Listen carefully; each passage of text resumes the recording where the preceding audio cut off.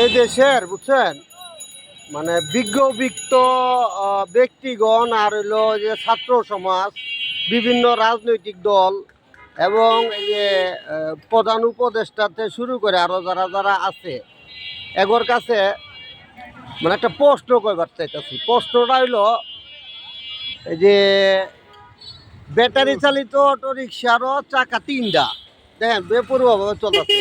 এই সিএনজিটাই যে সিএনজিটা আইছে এরও মনে করেন চাকা তিনটা, তাই না? এখন রাস্তাঘাটে ধরে কারে সিএনজি আলারে, যখন সিএনজি আলারে ধরে বা ড্রাইভিং লাইসেন্স দেন, অটো আলারে কিন্তু জিগায় না। আবার পুলিশে যদি জিগায় যে হেগরও চাকা তিনটা, আমগরও চাকা তিনটা, হেরা কয় হেগরও ধরতেছে।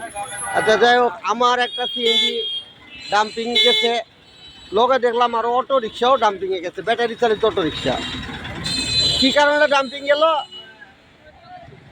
ড্রাইভারের লাইসেন্সের মেয়াদ ছিল না, অভিজ্ঞ একজন ড্রাইভার, কিন্তু তার মেয়াদ ছিল না। কিন্তু এই গাড়ির চাকা কিন্তু তিনটা, সিএনজি অটো রিক্সা, আর ব্যাটারি চালিত অটো রিক্সারও তিনটা। আর ব্যাটারি চালিত অটো রিক্সা যখন ডাম্পিংয়ে গেল, তারে লইল 1200 টাকা, রেকার বিল দিয়ে ছাইরে দেয়।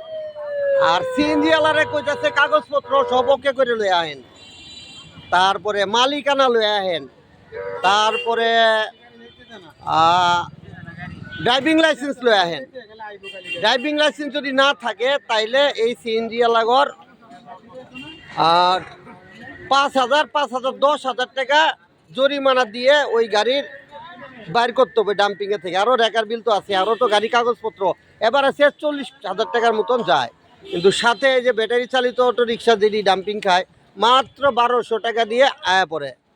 এখন এই দেশের যে ছাত্র সমাজ আর বিভিন্ন রাজনৈতিক দল আর সরকারের ঊর্ধ্বতম কর্মকর্তারা, তাই না, তাদের কাছ থেকে আপনারা কি প্রমাণ ডালন? আমরা সরকারের ট্যাক্স দেই, আমগোর ট্যাক্সের টাকা দিয়ে রাস্তাঘাট হয়, দেশের উন্নতি হয়, আবার আমগোর উপরেই আপনারা অত্যাচার শুরু করেন। তাহলে এখন বোঝা যাইতেছে কি, আমার মনে হয় হয়তো বা কেউ রাগ করবেন ঊর্ধ্বতম কর্মকর্তারা, আমার মনে হয় যে বিভিন্ন শ্রমিক সংগঠনগুলা যেমন সিএনজি বা মোটর শ্রমিকগুলারে আপনারা উত্তপ্ত করার জন্য, দেশের একটা উশৃঙ্খলা করার জন্য উত্তপ্ত করেন, আমগোর উপরে অত্যাচার বাড়ায় দেন, দিয়ে যাতে আমরা আন্দোলন করতে বাধ্য হই। আর তখন সবাই মজা লইব, কিন্তু আমরাও চালাক ভাই, আমরা আন্দোলন ফান্দোলন করবো না, দেশে উত্তেজিত করবো না। আমরা শুধু ঊর্ধ্বতম কর্মকর্তাগর এবং বিভিন্ন রাজনৈতিক দল এবং ছাত্র সংগঠনগর কাছে বিচারটা দিলাম, আপনারা এই বিচারটা কইরেন।